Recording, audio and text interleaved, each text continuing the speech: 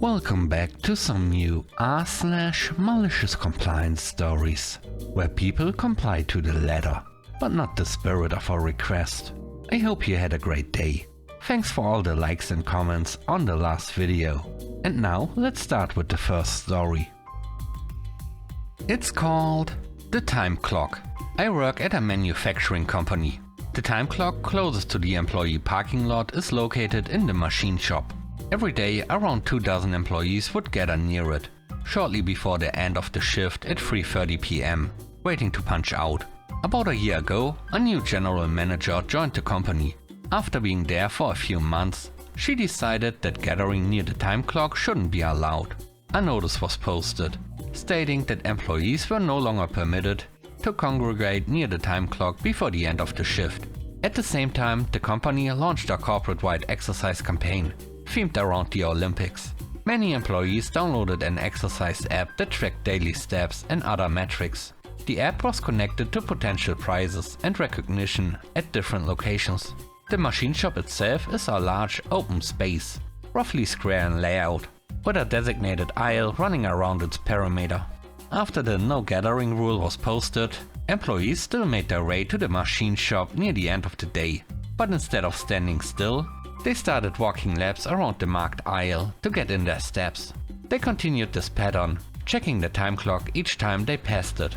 Roughly 30 people were doing this each day, walking laps for 5 to 10 minutes before the shift ended. Eventually, the general manager saw it.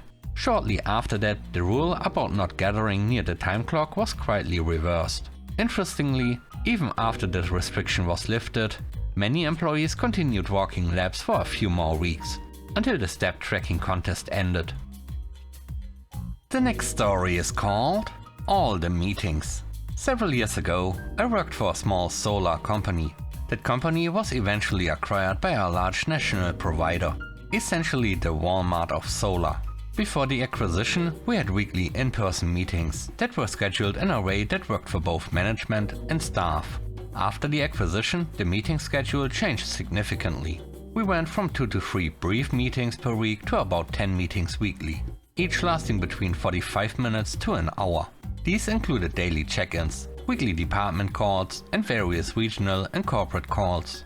At the time, my role was approximately 20% in-office and 80% fieldwork. Many of my assignments required driving an hour or more to reach a location, and I often needed to get to 5 to 6 different sites in a single day. Initially, I would skip some of the calls while I was in the field, or join them in listen-only mode so I could continue working. Eventually, I was reprimanded for this. Management told me I needed to pull over, park, and actively participate in every meeting. Otherwise, I'd face a write-up. So, I complied. During scheduled calls, I parked wherever I was, joined the meetings, and actively participated, even if it meant delaying fieldwork.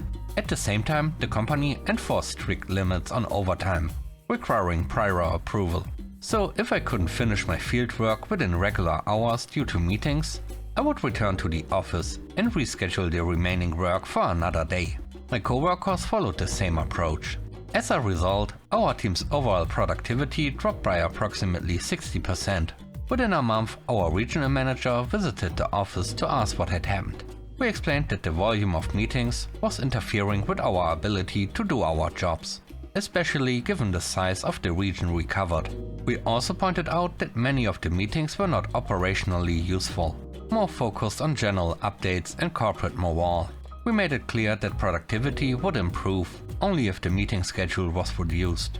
Management did eventually cut back on meetings. However, once the full corporate integration took effect, additional complications arose. Despite our team having the second best performance metrics in the company, all of us eventually left the organization due to ongoing issues.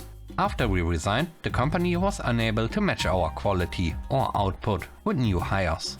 That regional office is now officially closed.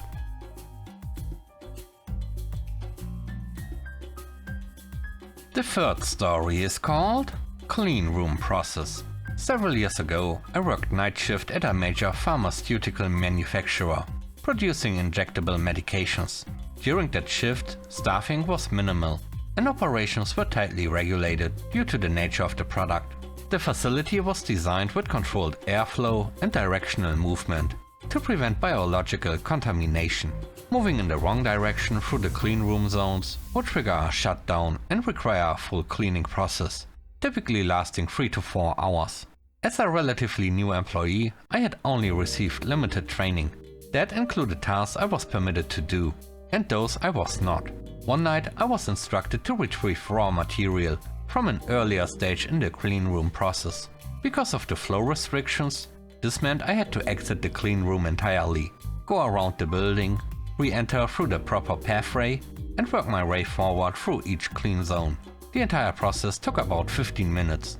Each cleanroom stage was progressively cleaner, and movement forward required passing through airlocks. When bringing materials into an airlock, protocol required spraying them with a bleach solution, allowing for 10 minutes of contact time, wiping them down, and then proceeding. That night, when I realized the airlock before my destination had no bleach available, I ran to inform the manager on duty. Before I could explain, the manager cut me off and told me to go now. So I complied. I followed full procedure, exited the building, washed up, changed into clean scrubs, and navigated back through the designated cleanroom sequence. Eventually I reached the airlock, and as expected, there was no bleach to treat the materials.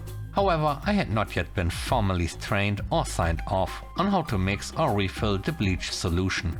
Even though it was a simple process, I was not authorized to perform it, so I waited. I remained in the airlock for approximately 2 hours. When the manager finally came to check on the delay, he found me standing inside, pointing at the empty bleach dispenser through the glass window. That was all I could do.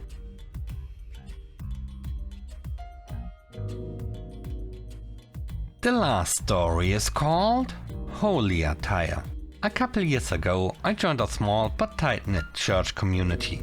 Everyone was pretty relaxed. People came in jeans, dresses, and even t-shirts sometimes, especially at youth services. No one was disrespectful, just comfortable. I usually wore long skirts or dress pants and nice tops. Nothing flashy, and definitely nothing revealing.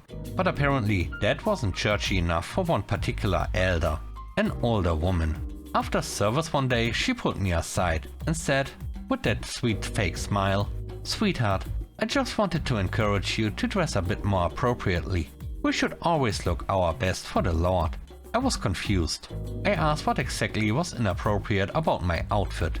A long navy skirt, a tucked-in blouse, and flats.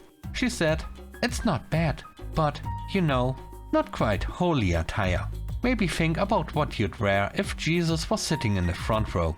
The next Sunday, I showed up in my most over-the-top church outfit.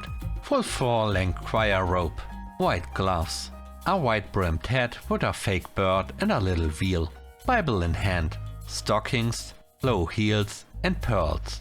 I looked like I was either about to preach, get baptized, or time travel back to 1954. People stared. One usher asked if I was part of the clergy now. Someone whispered, "Is she in a play?" And bless her heart, the elder gave me a stunned little nod when I sat close to her and said, "You look very reverent today." Thank you. I figured this is how Jesus would want me to show up. Next week I went back to my usual outfit. Never got a comment again. Thanks for watching the video to the end. I hope you enjoyed it. If you did, please don't forget to leave a like, comment and subscribe. And if you have time, watch another one of my videos. Also, if you want to support me further, check out the channel membership or Patreon. And now, I hope you have a great day. See you soon. Bye bye.